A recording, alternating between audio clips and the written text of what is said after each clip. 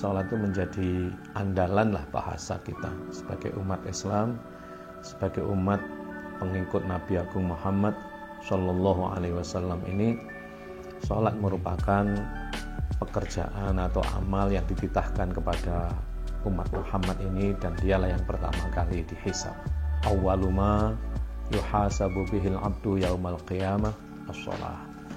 Idza shaluhat shaluha sa'iru amali wa idza fasadat fasada sa'iru amali. Yang pertama kali dihisab pada hari kiamat nanti adalah sholat. Jika sholatnya baik, maka seluruh amal perbuatannya baik. Jika sholatnya rusak, maka seluruh amal perbuatannya dianggap rusak. Oleh karena itu, sholat dalam berbagai perspektif kita kaji agar supaya kita benar-benar ketemu dengan apa yang dimaksud dengan sholat itu, sehingga sholat itu benar-benar kita bisa menikmatinya dan bisa mengantarkan kita untuk benar-benar ingat akan Allah.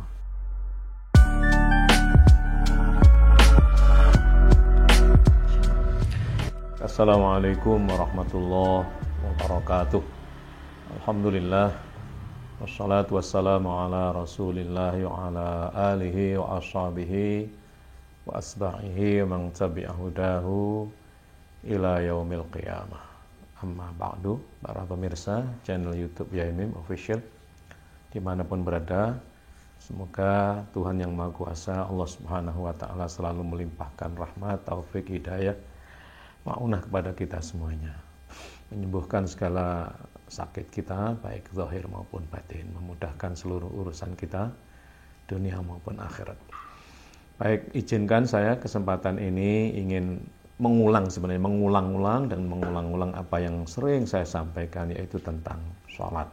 Kenapa sholat ini harus diulang-ulang? Ya, karena itulah sholat itu menjadi andalan lah bahasa kita sebagai umat Islam, sebagai umat pengikut Nabi Agung Muhammad Shallallahu Alaihi Wasallam ini. Sholat merupakan pekerjaan atau amal yang dititahkan kepada umat Muhammad ini, dan dialah yang pertama kali dihisab. Awwaluma yuhasabu bihil abdu yaumal qiyamah as-sholah. Idza shaluhat shaluha sa'iru amali wa idza fasadat fasada sa'iru amali. Yang pertama kali dihisab pada hari kiamat nanti adalah sholat. Jika sholatnya baik, maka seluruh amal perbuatannya baik. Jika sholatnya rusak, maka seluruh amal perbuatannya dianggap rusak. Oleh karena itu, sholat dalam berbagai perspektif kita kaji agar supaya kita benar-benar ketemu dengan apa yang dimaksud dengan sholat itu, sehingga sholat itu benar-benar kita bisa menikmatinya dan bisa mengantarkan kita untuk benar-benar ingat akan Allah. Maka di dalam firman Allah Subhanahu wa Ta'ala yang sering dikutip oleh para ulama, yaitu innani anallah la ilaha illa ana fa'budni wa aqimis sholata lidzikri. Ini, lalu ayat ini kadang-kadang dimaknai atau ditangkap kurang luas begitu ya, bahwa inti sholat itu ingat.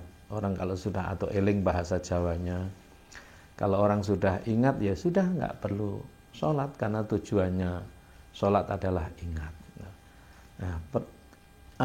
Sebenarnya begini, justru kalau tidak sholat tidak bisa ingat gitu loh.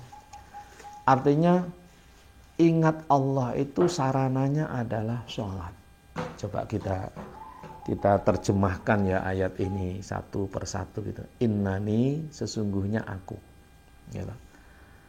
Aku, innani ana. Sesungguhnya aku adalah aku. Anallah, aku adalah Allah. La ilaha illa ana, tidak ada aku selain aku. Tidak ada Tuhan selain ana. Tidak ada Tuhan selain aku. Wa aqimis sholata lidzikri.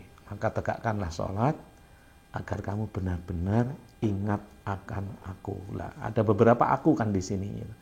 Sesungguhnya aku adalah aku.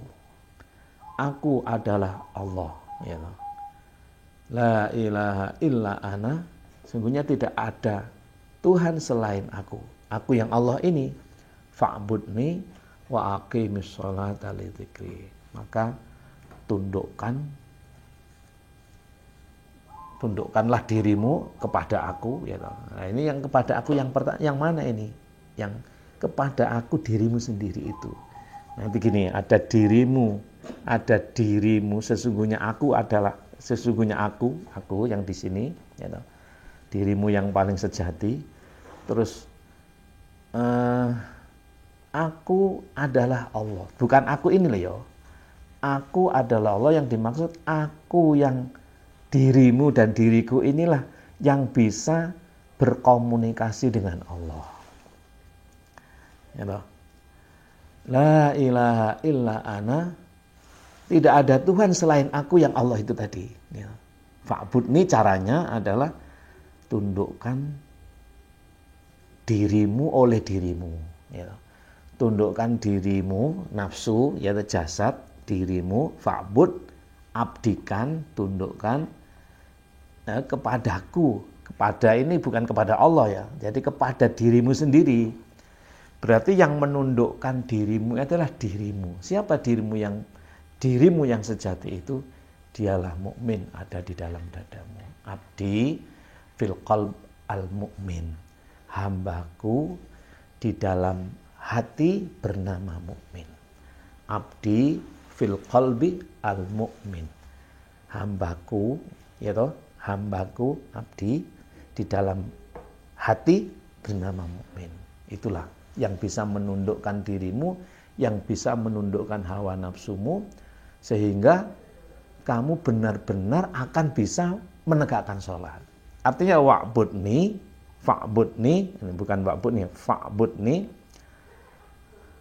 Kalau dirimu yang mukmin itu mampu menundukkan dirimu, barulah kamu bisa sholat. Nah, kalau kamu sholat berarti wa aqimis sholata li dzikri. Sholatmu yang demikian itulah akan mengantarkan kamu ingat kepada Allah.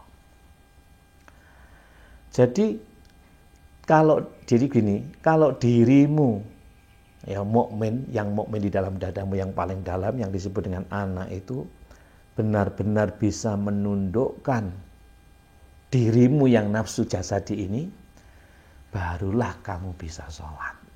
Nah, kalau kamu sholat, barulah bisa ingat akan Allah. Pertanyaan berikutnya, bagaimana mengingat Allah itu? Padahal Allah itu kalau kita ingatkan, Allah kan laisa kamitslihi syai'un wa huwas samiul basir. Allah itu tidak bisa disepadankan dengan apapun. Maka ketika kita perkirakan bahwa Allah itu begini, maka itu sebenarnya bukan Allah itu. Maka ingat Allah itu adalah ingat utusannya. Ingat Rasulullah.